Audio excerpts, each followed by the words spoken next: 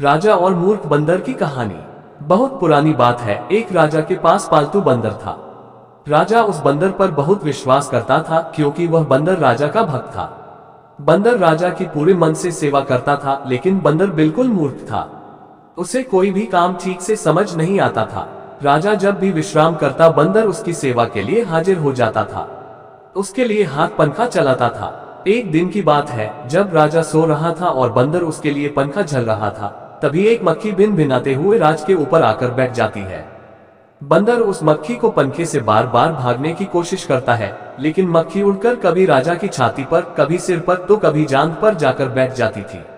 मूर्ख बंदर काफी समय तक ऐसे ही मक्खी को भागने की कोशिश करता रहा, लेकिन मक्खी वहां से जाने का नाम ही नहीं ले रही थी।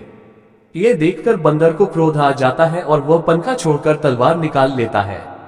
जब मक्खी राजा के माथे पर बैठती है तो बंदर तलवार लेकर राजा की छाती पर चढ़ जाता है। ये देखकर राजा काफी डर जाता है। फिर मक्खी माथे से उड़ जाती है तो बंदर उसे मारने के लिए हवा में तलवार चलता है। इसके बाद मक्खी राजा के सिर पर जाकर बैठ जाती है तो बंदर के तलवार से राजा के बाल कट जाते हैं, और जब मूंछ पर बैठती है तो मूंछ कट जाती है। ये देख राजा कमरे से जान बचाकर भागता है और बंदर तलवार लेकर उसके पीछे भागता है। इससे पूरे महल में उथल पुथल मच जाती है।